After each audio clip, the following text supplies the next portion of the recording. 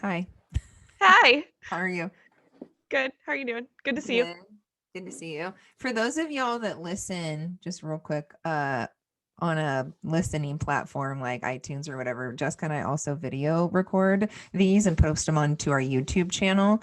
So if you ever want to watch us and see how we look, let me see if I Hi. can, right? Oh, view. Here we Check go. us out. Gallery. Okay, there we go. I always try to make All sure right. I can see both of us because I don't know what they're going to see Right. when I record. But yeah.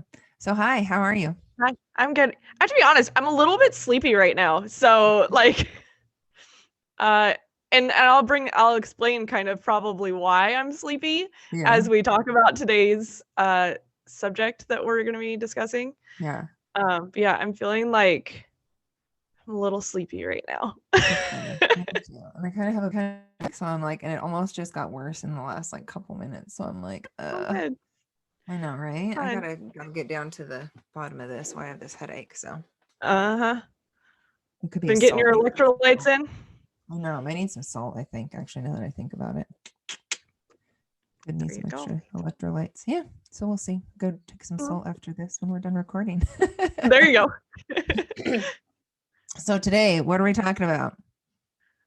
We were talking about birth control, right? Oh yeah, the big BC. Gosh, This destroying might, women. yes, this might be end up being a two-part episode, I think. We'll see. I needed to make sure I keep track of how long this goes because we might have to break this into two episodes because Yeah, so much information to such a heavy subject, like just dense, lots of stuff that we could talk about.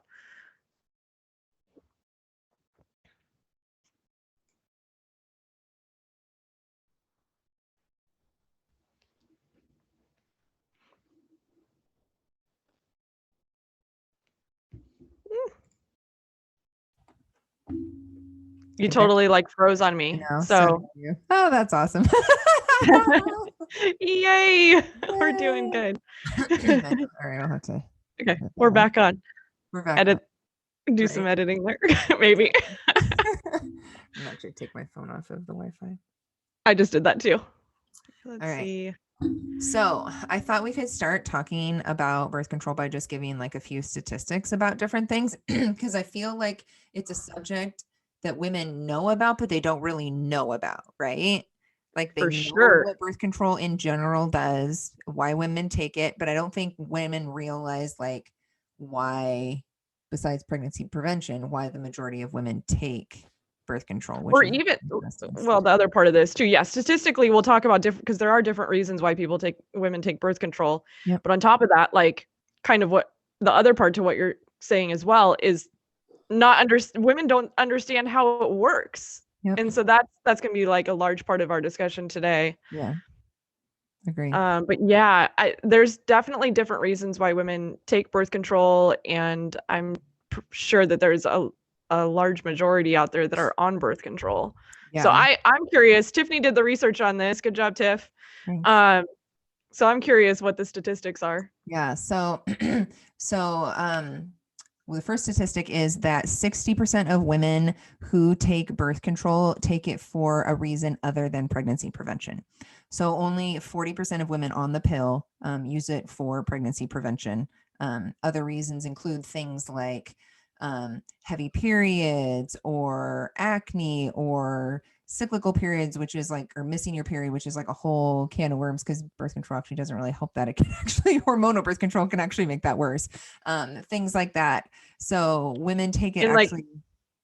in probably mood disorders as well, I want to say. Yeah, but it's funny because that actually like makes it worse, which leads Right. into my Yeah. second statistic, which is women on birth control are more likely to be prescribed an antidepressant than women not on birth control. Shocking, not shocking.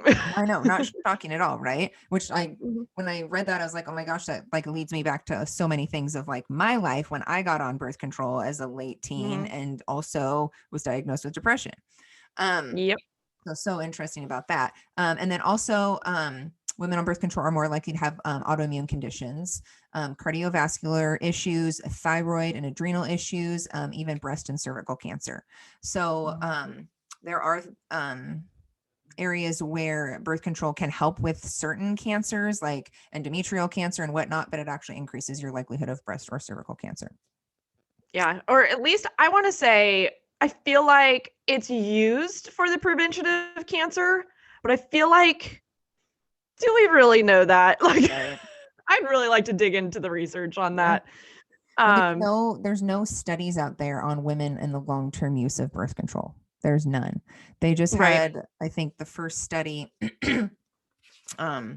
like in 2016, they finally did a study on like 1 million women, complaining about mood issues, since hormonal birth control was created in the 60s, right? So the first hormonal birth control, the pill, came out in like 1960. And the first study on women was not done until 2016, which is just insane to me. It's so insane. But it's so reflective of research, because most research, there's not a lot of research done specifically on women. There's not. In It's general. harder to do research on women, and people don't want to deal with doing studies on women because we're such complicated creatures. We're cyclical creatures, right?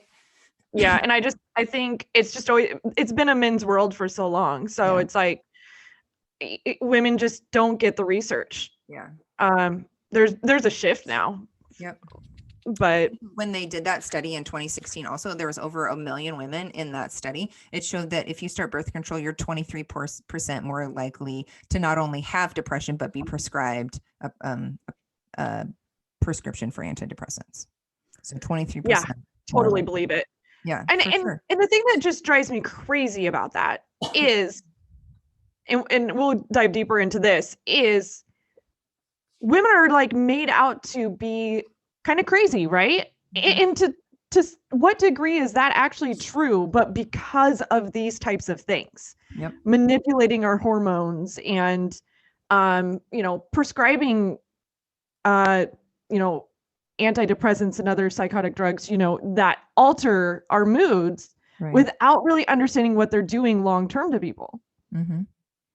Yeah, it's true, and I think we've seen so many more issues and conditions happen in women, and things are just seem to be getting progressively worse. But we also don't know, like I had said, we also don't know what the long-term effects of hormonal birth control use are, right? Whether it's the pill or an IUD or a NuvaRing or the depot shot, and there's a patch, there's, things coming out all the time. But the other thing to note is that birth control hasn't been changed. Like the formula for birth control, they've come out with like low dose formulas and stuff, but right, really the overall formula for hormonal birth control hasn't been changed since the 60s. So for over 60 years, they haven't actually changed how the hormones affect us, right? They haven't like really looked into it. And the thing that I think most women don't know, and even a lot of doctors maybe don't think about, but because this comes back to the whole brain issue, is that the hormonal birth control works at the brain level, right? So it tells your ovaries, your brain tells your ovaries when to ovulate. And so your brain is sending a signal to them like it is time to ovulate. And so what the birth control pill does is it stops that signal from your brain to your ovaries, and it says, don't ovulate, right? Mm-hmm. And I don't think people realize that even low dose, there's enough hormones to signal the brain to like shut down communication to the ovaries. So they don't fire off follicles, they don't mature an egg, and you don't ovulate. So that's like kind of that is how hormonal birth control works. The copper IUD is a little bit different, right? Yeah, a little bit. Yeah. You want to talk about that? So the copper IUD, my understanding basically is that the copper kind of, it's supposed to kind of kill off the sperm a bit, right? Yeah. Yep. And then don't like copper. Right. And then the other part of it is that it doesn't allow an atmosphere for the egg to implant if it is fertilized. Yeah. I think that's my basic understanding. Yeah, it creates like a thicker mucus and stuff like that and makes it like an inhabitable environment. But sperm don't like copper. So it basically deters them or kills them off basically, because it makes it's like a spermicide basically. Yeah, it's like a spermicide, makes it a toxic environment for them. Right. So yeah. So it's interesting when you think about like birth control, especially hormonal birth control, and how it what it works at the brain level, why Mm-hmm. women have so many other issues, right? So like Right. irritability, depression, suicidal thoughts, eating disorders, like all of these things go hand in hand because we're Mhm. being affected at the brain level from this hormonal birth control. Yep. So, And that's the thing, is hormones are all about communicating, right? So it's our hormones are used to tell our body to do certain things. And we are messing up the natural balance of these hormones in our body. mhm. So of course it's going to have other effects, you know? And then there's also the parts that go along with it that, and of course, none of this is ever talked about, but birth control is handed out like candy. Oh, yeah. We get put on birth control with, I mean, I got the copper ID with nothing more than a warning of my periods might be heavier, right? Right. That's The informed it. consent is not there. No. And the thing, not only is it messing up your hormones and the balance of your hormones, because it's all about balance, but it also creates deficiencies, nutritional deficiencies. So we'll get into that. And then mineral imbalances, especially when you talk about something like the copper ID. Mhm. So these things are not talked about at all. They're really not even recognized. And again, we'll talk about this too. But when women, there's tons of stories out there of women saying that they want to get the IUD taken out, and the medical professionals argue against it, try to talk them out of it, won't recognize the concerns that they have, basically make women out to, they never validate what women's experiences are. It is like so terrible and so prevalent within the medical community that women's health concerns are never validated. They just are blown off of like, you're, you know, no, that's not what's really going on. Or you're just, you know, that nothing's validated. Nobody has. I feel like there's so many stories I've heard, and this is not even just birth control. This is across the board on things. Women having autoimmune disorders, they're told it's in their head or it's stress, and it's total BS. And it's devastating. And so, and I will say for me personally, I had the copper IUD in for, you know, probably almost 10 years, like 9 years, basically since I had my daughter, and she's 9 years old. And I wrote off a lot of the stuff I was experiencing as postpartum, just, you know, because I had a baby, and so I'm probably nutritionally deficient, or my hormones are out of whack because I had a baby and everything's different now. And you know, you were getting these things, especially the IUD, you're getting it right after childbirth. And so it really does confuse the situation, because your body has changed, or we write off a lot of these changes as being postpartum issues, or because our body changes after having a child. And so I went on for years, and I kept thinking a lot of the stuff I was experiencing was because I was doing my health journey and detoxing. And to some degree, that's probably valid.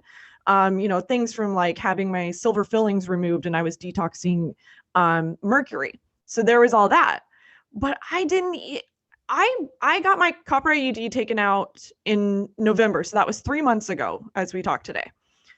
And I just did it because my medical was about to run out. I wasn't even really thinking about what effect it was having on me. I was like, I should probably just get it out. You know, I'm not dating, I'm not having sex. I might as well, what do I need it in there for? I'm just going to get it out. It's probably not a great thing I have it, but I don't know. And then I started digging into it. And then I like realized, oh my God, this thing has been destroying me for 9 years. And the only reason I'm doing so well is because of how well I've been taking care of myself. Mhm. It's like, I cannot imagine how women out there are feeling who aren't doing the things that I'm doing for their health. Right. Do you think that you may have not Wilson's disease? Wilson's disease is basically people who can't process copper, right? And it Right. builds up inside their bodies. It builds up in their brain, It's their rare. liver, other organs. But like, Yeah, it's a rare condition. It is a rare condition. It's a genetic condition. But do you think that maybe you have like some kind of something where your body isn't processing the copper quite as much as it? So you would call it copper toxicity. Yes, And so there's, and this is what I really dug into. There's a website out there that I really got into that had a lot of great information called coppertoxic.com. Mm-hmm. And there is a Facebook group that was put together from Copper Toxic. So I followed from there to the Facebook group. There was like a support group about it.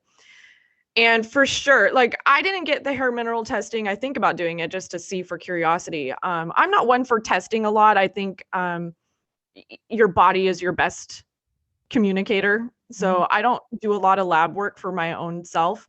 But I would say I have to have copper toxicity. And I definitely have felt the symptoms of detoxing from it. And I will tell you, so the number one indicator that it had an effect on me that is so blatant is my hair was coming out like crazy.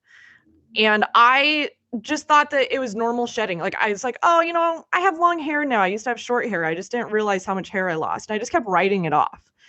And 2 months after having it taken out, it's like pretty much stopped. Now I probably have normal shedding. It's insane how much hair I was losing compared to what I'm doing now. Yeah. And so that was like the most obvious difference. And everything else you could maybe say I'm just being hypersensitive or whatever, but I just, you know, I'm really attuned to my body and I've recognized a lot of things.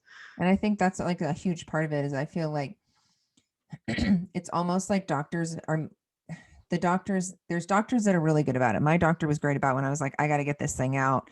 I had the copper IUD as well. And he was like, okay, yep, we'll get it out. Not a problem. But I think there are some doctors that do let their ego get in the way a bit. And it almost makes women less in tune with their bodies, right? Like they're like, I don't know, I'm experiencing this thing. I'm losing a lot of hair. I'm having this issue. And they're like, oh, it's all in you. You're fine. It's on your head. It's just normal shedding, you know, like you thought. I think a lot of doctors, unfortunately, you know, are just because they think it's so black and white, right? They think it's black and white. It just does this. They don't think about the other repercussions that could happen. It almost makes women less in tune with their bodies, but you're so in tune with your body that you notice a huge change. Let me ask you this. When you had it taken out, was it under the premise basically about your heavy periods? Yeah. So I got my copper IUD in, we can talk about our experiences too, because I know you were on hormonal birth control before that. I had my copper IUD put in after I had my daughter. So like our daughters are 2 months apart. So right after Jess had hers, I had mine put in. And mine just was like, I just increased my heavy bleeding. My bleeding was already like pretty heavy, but it was just horrendous to the point of where I would go through a Super Plus tampon and a pad in an hour and a half. And it was so horrible. And the cramping was horrible. I still have that issue, but the bleeding was just so horrible. And I was just told my doctor finally after, I don't know, a year and a half, I was like, I have to get this out. I cannot deal with this anymore. I can't work. Like I couldn't go to work and deal with this. So I think it was probably like a year and a half or 2 years after I had it in. I was like, I have to get this out. Well, I go into his office to get it taken out and it had gotten impacted. So I ended up having to have surgery to have it removed as well, which I come to find out is actually quite common with the copper IUD. It can become impacted. So I had to have surgery to have that taken out, which was awesome too. A great experience of birth control. Yeah. And luckily mine came out super easy. So not a problem there. But I asked that question of you because I feel like, and this is what I've observed in the group that I'm in as well, and also my own experience, is that the only thing that doctors do seem to recognize about it is it does make periods heavier, or you bleed more or more like longer amount of time. And then also the fact that it can have issues like moving into your tissue and you know, breaking and things like that. Those are about the only downsides that the medical field is recognizing right now, not any of the other issues. And so when women are going to their doctor's offices asking to get it taken out, they're getting pushback because they don't really believe them, that they're having mood issues and anxiety and depression and nausea and digestive issues and neurological issues. None of that's being accepted as possible. So like, even in my own experience, they tried to talk me out of it when I was making my appointment. And they were nice about it. So talking to the nurse, she's like, of course, it's your body. I'm not going to talk you out of it, but you really should think about it because blah, blah, blah. You got to think about how you're going to prevent pregnancy and the blah. Those words should never come out of their mouths. It should be like, this is what you want to do. Okay. It's your body. It's your choice. Right. Yeah. And then when I actually went in and had it taken out, basically she just asked me, it was a nurse practitioner, I think. And she basically just said, okay, so are you just experiencing heavier bleeding? And I was like, yeah. And I started bleeding during ovulation and it just seems like it's lasting longer and more. She's like, oh, okay, I get it. You're just over it and you're ready to get it. I'm like, yep. So she's like, okay. And she took it out. Right. But under the premise, and also when I went in, I guess I wasn't really thinking about all the other things that it might've been doing to me. So I wasn't there to have that conversation. Mm-hmm. But I feel like for most women, the experience is it's only about whether or not they're bleeding heavier or they're uncomfortable, because there was more cramping. But I look at my history now that I've thought about like what I've gone through over the last 9 years, how I've felt, some of the things I've gone through. Of course, it's hard to know if it was directly coming from having the IUD or not. Right. But I am sure a lot of it was. I mean, we're talking skin issues. I had a rash at one point on my back that like was crazy and weird. And I probably should have gone to the doctor about it and I didn't. And like, I don't know if that was from that. I used to have, I think we've talked about, I used to have cramps in the middle of the night that I felt like I was giving birth again. Mm-hmm. I literally would have to like take a bath so that I could get through what basically felt like birthing pains. Like they felt like contractions. I mean, it's just so many. And I used to try to describe to people, this is a weird one. I have a lot of weird things I can share about this. I used to have like it was sort of like a numbing sensation in my eye, like around the tissue around my eye, but it wasn't numb. It was more like it felt cold. It was such a weird thing. And that seems to have gone away now. I went for like probably an entire year where my eye twitched. That probably just crazy stuff. Yeah. I was going nuts. I was like, my eye won't stop twitching. Maybe something having to do with stress and sleep and stuff, but I feel like there's probably a factor with the IUD as well. Yeah. Well, and you were on hormonal birth control before, right? When did you start taking hormonal birth control? When I want to say when I was 16. So I was a late bloomer. I started my period when I was 15. But I was a disaster of a teenager. So I started having sex when I was 15 as well. So I got on birth control around that time and was on hormonal birth control. I took the pill. I was smart enough. I feel like I was like, there's no way you're going to put something in that's going to be there for a period of time that I don't have the choice of stopping. Right. So I never did like the depot or anything like that. But yeah, I was on the pill from like 16 until I had my daughter, and I had her in 2011. So I don't know, how old was I? Like 20. I was born in 83. Can you do the math for me? 20. 28. 28. 29. You're 28. Something like that. I was 28. Okay, so yeah. And I guess, of course I wasn't on birth control when I was conceiving and stuff. So, whatever that is, like 15 years or something. Over 12 years or so. Yeah, and we're talking about this is the time in a woman's life where like I just started having my period. I'm developing. Who knows? And guess what happened when I was 15? Granted, I had a lot of personal things going on that put me in like depressive states as well. But how much was the birth control pill affecting my mood? Right. Who knows? Who knows what that was doing to my mind during that time and over that period of time. Yeah. And my story's similar. I got on birth control, I think when I was 16 or 17, and mine was for what my doctor called irregular periods, which was so funny. Yeah. To regulate my periods, because it just makes no sense, because really a lot of hormonal birth control actually can stop your periods. Right. And so, but they put me on the pill to regulate my period. And I was on that until, I don't know, I was like 22 or 23. And then I got on the NuvaRing. So then I did the NuvaRing until probably until I got married. So until I was 27.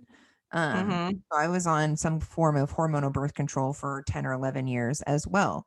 And then got off of it, found out I had PCOS when we were trying to have my daughter. And then got on the copper IUD after I had my daughter. And then after that, I haven't been on it, after that 2 years on that, which is hell. I haven't been on anything since. But the funny thing that I mentioned this earlier, you go back to the fact that there are no long-term studies on women who've gotten on birth control and stayed on it for a long period of time. There are women that get on birth control at 16 and they're on it for decades. Well, and then how many women do you hear that they love their birth control because they don't have a period? Yeah. They love it, right? But they're not thinking about our period is a gift. Mhm. Like, and how many women then struggle with fertility too? So they Yep. get off of it, they struggle with fertility. Our body also uses our period as a way to cleanse. I Mhm. mean, it serves a purpose, and to go without having your period is a serious reflection of your health. Like, we Yeah. are meant to menstruate, and like that's part of being a woman. And it is reflective of your health. So when you aren't having your period, that should be a cause for concern. But Yes. nowadays it's celebrated. It's like, Yeah. oh man, I love it, but I'm depressed and anxious, like, Exactly. is it really worth the trade-off? Right. But I think the problem is it goes back to the whole number one, lack of true informed consent, right? Because they'll Correct. give Yeah. you, a lot of times you go to the doctor and they'll give you this sheet of paper. I guarantee you 90% of the women who get that paper don't read it. And then the doctors also, doctors should be in there telling you all of the risks, like the benefit, the pros and the cons, right? The risks and the Mhm. rewards of this. And they don't. They don't. They give you like kind of the high level things like with the copyright IUD, oh, this could cause heavier periods. Or with the hormonal birth control, oh, this could you could have, I don't even know what one of the ones with those is, have Well, occasional they usually, headaches. I feel Or like they usually only talk about the good things with hormonal birth control. yeah, Oh, that's your skin will probably clear up, and you'll true. you'll have lighter periods, or they might even go away. Right. And it's like, this is how we're going to solve some of your minor problems Mm-hmm. and create bigger ones. Right.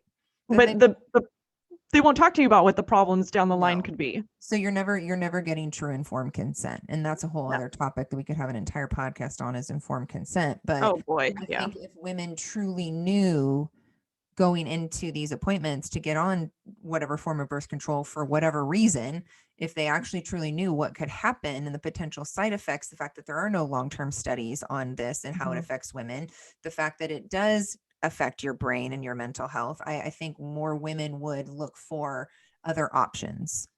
Yeah. If they Well, and truly let's think, this is probably a whole nother topic for a podcast as well, as far as informed consent. But on top of it, this is given to teenagers like candy. Yep. I totally went to Planned Parenthood, and I don't know where I stand on this, because I don't think we want to have teen pregnancy out there. And unfortunately, a lot of families nowadays, or even probably back in the day too, didn't have the talk that's needed, or the open dialogue with their parents and mentors and stuff about, I knew the mechanics of it. It was taught in school, but I was in a place in my life as a teenager where I had zero guidance. Right. And so I get on the birth control pill just to avoid pregnancy. And of course I have no clue. I'm not even thinking.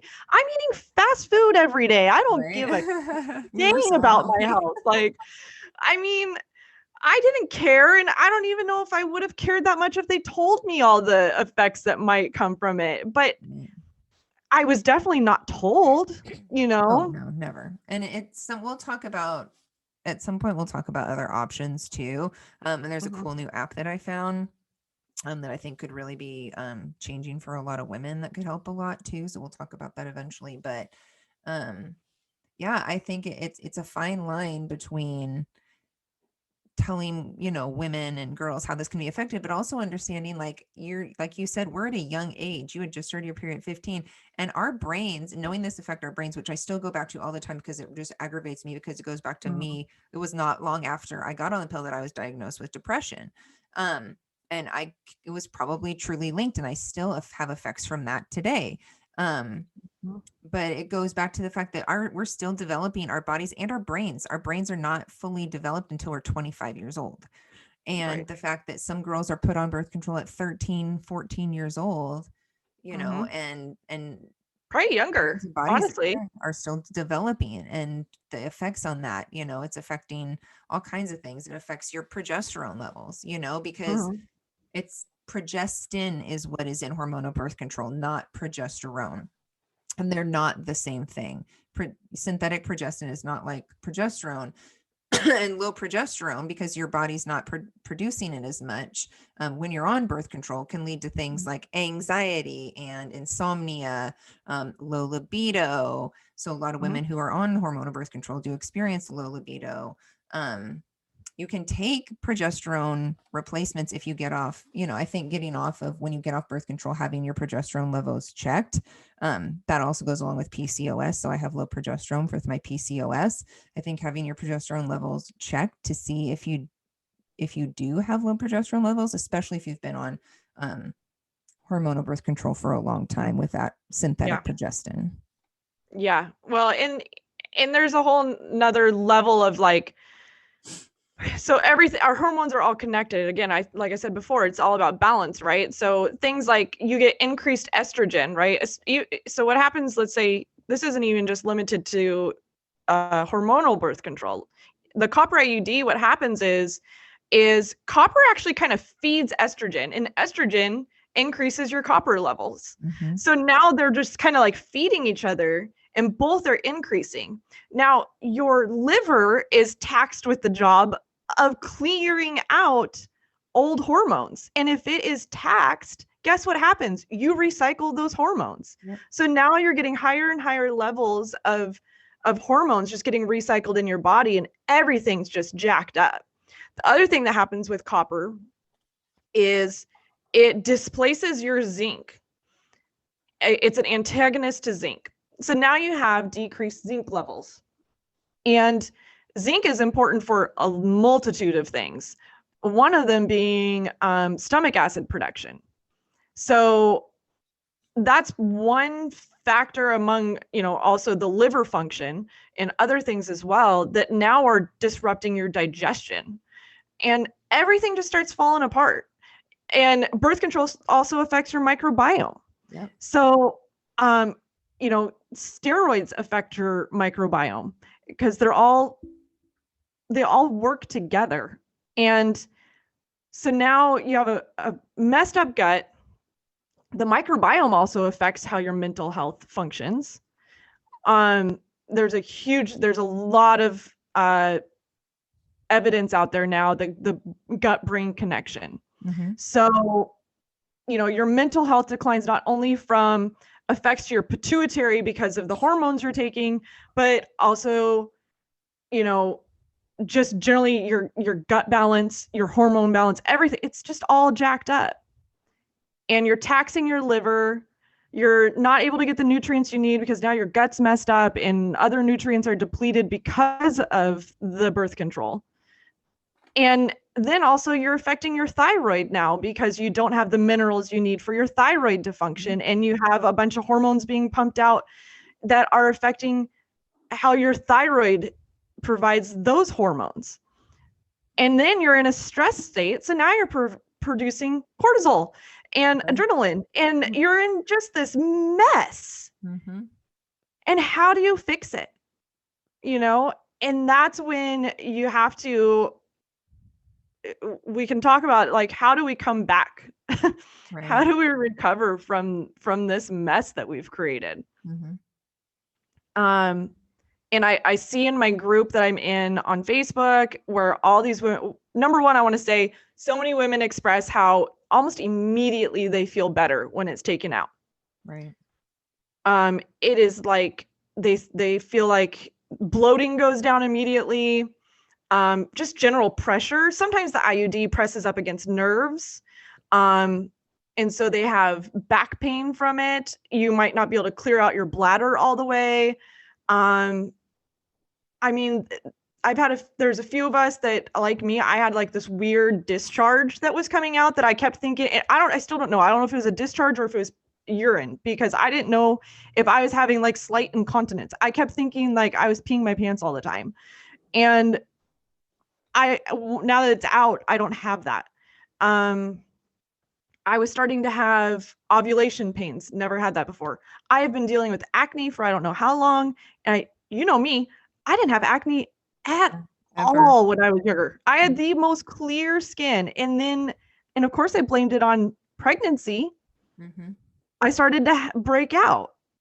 And now I get like cystic acne that stays on my face, like usually on my chin for months. I can't get it to go away.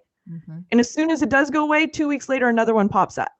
So like, yeah. Yep. And I never had that before, ever. And so all of these things now, how do we get back to balance? Agree. And I think it's like taking a holistic approach. I think there's so many things that can be said before we go on to like weaning off of it, or like not weaning off of it. Don't wean off of it. That's a bad idea. I wanted to talk about one other thing, or two other things actually that I found when I was doing my research on this. Two things. I've mentioned a lot about mental health and depression. There was a study in 2019 showing that if you've ever taken birth control as an adolescent, which is when it seems like the majority of women get on birth control, is in their teens, that you may be forever at a higher risk for depression. So forever, for the rest of your life, which would also explain why I still suffer with like depression and issues like that. It makes total sense to me, and something I wish that I had known way back then, that I would be affected for the rest of my life, or for decades after that. The other thing that I found interesting, is that they're also seeing the pill's effect on who women choose as a partner. So they have found that women who are on birth control are likely to choose a partner that is almost too similar to them. So like in nature, right? We're animals. So you're choosing a partner who's like this in real nature, the strongest and the dominant male and all that kind of stuff. And now they're seeing that women are actually, who are on birth control, are choosing partners that are almost too similar to them.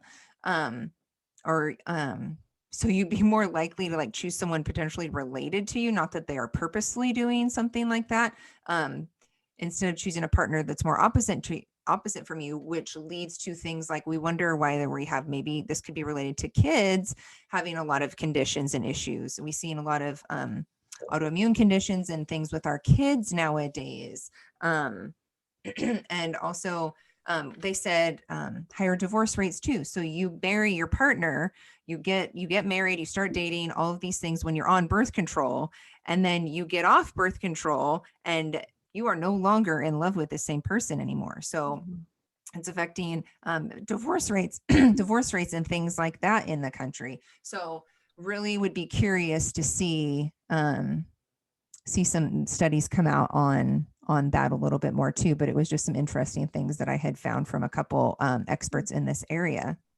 Super interesting. And what I think about is it's really hard to know exactly what the effect is. So I have a few thoughts on this. One, goodness, picking a partner, right? If hormones, there's the effect on us as women. There's also the effect on men, right? So men are attracted to us based on pheromones. Yep. What do we smell like because we're on hormones? And then also our personality, because we are altered mentally with hormones, right? So we behave differently than we normally would, probably more erratically, or depressed, anxious, whatever, kind of the stereotypical crazy girl, And so now we're attracting men who are equally sort of effed up, right? Yeah. Because like kind of attracts like, as far as, this kind of goes into laws of attraction, right? So you're only going to attract what you think you're worthy of, or you're going to attract people that are at the same level that you're at, right? So if you're kind of in a crazy state of mind, you're going to kind of attract crazy. Let me tell you, I am guilty. Like, I've had some jacked up relationships, and I am now realizing, I've been separated, divorced. Well, I've been divorced, separated for 5 years now or whatever. And it has taken me almost this entire time of being separated and divorced to realize how unhealthy of a relationship it was. And it's taken a lot of healing and recovery, and even now. And so then I've gone through a lot of that just in my 3 months that I've had my IUD taken out, and having things, some things balance and be like, oh, wow, no, that was not okay. And I can handle my stressors a lot more level-headed now. And so it's just you're like a totally different person. And then also on top of that, kind of what you're talking about too, I'll go back to my groups my one group that I'm in. These poor women, they're realizing, how much have I been damaging my relationships, Right. you know? So the effects of like divorce from birth control and stuff, how much is it that we're picking the wrong partners, and how much is it that we are damaging it because our mental health is screwed up? Right. You know? So it's really hard to figure out like that kind of chicken and the egg situation, right? Like, what is it really? Do we create dysfunction because we are mentally unhealthy, or are we picking dysfunctional partners because we're in a dysfunctional state, you know? Yeah. It's a mess. It is. It's a mess. God, we're just a zoo. Right? Yep. But there's so much light too, because I feel like we have this great movement going on where I see so many people pursuing a healthier lifestyle, really learning about themselves and digging into their issues and trying to heal, not only, you know, nutritionally, physically, but mentally, emotionally, spiritually. There is a movement out there. And maybe it's because I'm sort of somewhat submerged in it, right? I like live in this stuff. Yeah. I know there's a lot of people out there still suffering, still not to that place where they're starting to do those things, and really connecting the dots of things like this. I definitely think of some people close to me that I'm like, I wonder if they're on birth control, and if that's maybe what's impacting their own happiness, because there's a lot of women that are suffering from anxiety and depression, and I feel like it's so unnecessary. Agree. Cool. Yeah. Well, we'll continue with part 2, I think we'll have to talk about how to recover from all this. How to recover, how to getting off the pill. What are some tips for getting off of birth control, whether that be hormonal birth control or non-hormonal, like the copper IUD, and then give you guys some other resources to check out to help you on your journey. Thanks for joining us. Thanks, guys.